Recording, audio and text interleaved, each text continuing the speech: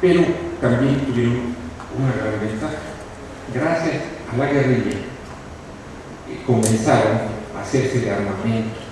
¿Por qué? Porque atacaban las conductas del ejército, atacaban las poblaciones, tenían recursos, y en las poblaciones donde llegaban establecían sus propias autoridades, y se adueñaban de las recolecciones de hacienda, las tesorerías, y comenzaron a tener recursos.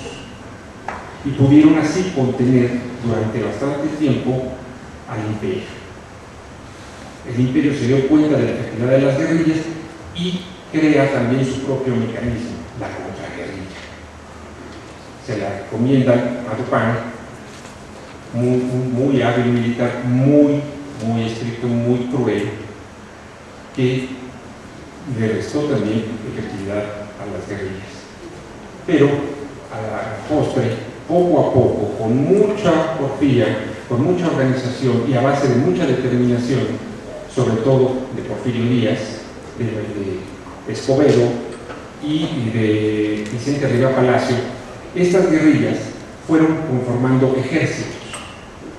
El ejército de Oriente, que había sido desbaratado en el 63, en la toma de Puebla, fue reconstruido por Porfirio Díaz. Mariano Escobedo reconstruye el ejército del norte y así poco a poco van formando verdaderos ejércitos con un número importante de hombres.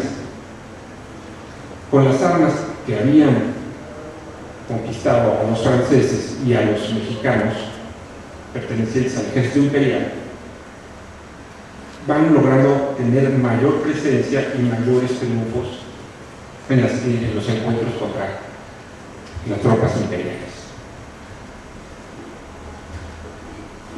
El desgaste ocasionado por las guerrillas y por el ejército republicano va a empezar a sentirse de forma importante en 1865, cuando las finanzas del imperio sufren una gran caída.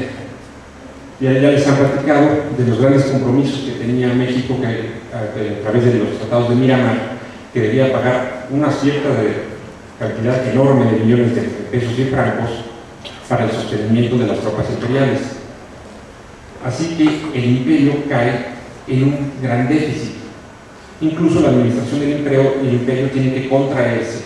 Los 9 ministerios imperiales con los que había organizado primeramente Maximiliano tienen que irse reduciendo, se hace recorte de personal y se empieza a hacer reducciones en los gastos. No así en el ejército, porque sabían que eso era lo que los mantenía todavía en el poder. Pero aún así empieza a sumarse, se suma un nuevo problema. Este problema son las presiones que sufre Francia por parte de los Estados Unidos, quienes lo urgen a retirar sus ejércitos de intervención en México. Napoleón III había desoído todas estas quejas, todas estas urgencias que hacían por la vía diplomática a los Estados Unidos, porque estaba confiado en el triunfo del sur en la guerra de secesión. Pero cuando en el 65 derrotan el norte al sur, pierde toda la esperanza y se da cuenta que podría caber la posibilidad de que los Estados Unidos apoyaran militarmente, no financieramente ni con armamento, sino militarmente de una manera efectiva a la República. Por si esto fuera poco, también había problemas en Europa. Prusia no ocultaba su intención de antagonizar al imperio francés. Siempre habían tenido problemas históricos, dinásticos, de gran arraigo en el tiempo, pero ahora Prusia, que se había unificado, amenazaba los intereses franceses.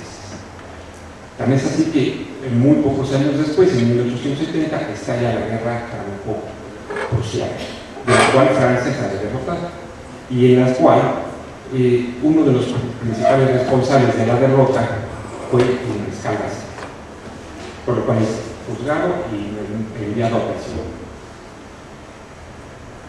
Tienen que retirarse entonces, se retiran las fuerzas francesas y dejan al imperio a su suerte. El emperador, que había intentado construir un ejército imperial, sobre todo reclutando a los voluntarios y a los participantes, y a los franceses que desearon engancharse en su ejército, a terminar su servicio con el ejército francés y engancharse al imperial, y logró formar unas divisiones de voluntarios, tanto belgas como austriacos y franceses. Esos fueron los que lo acompañaron a Querétaro. Pero cambiaron completamente las circunstancias.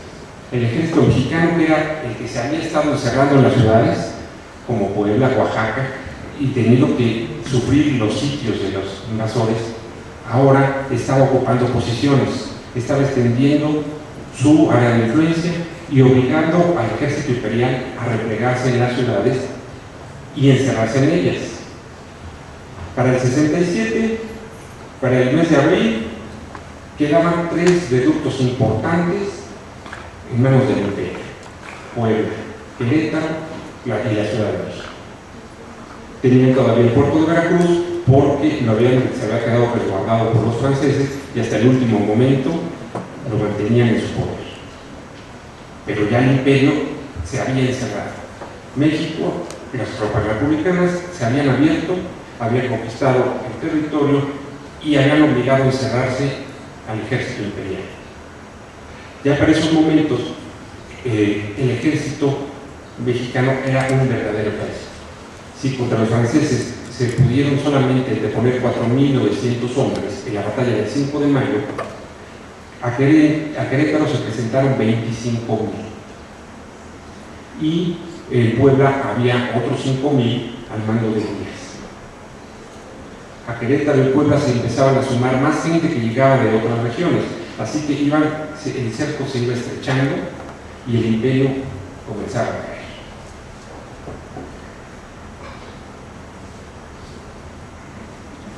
El primero en caer fue Puebla, el 2 de abril.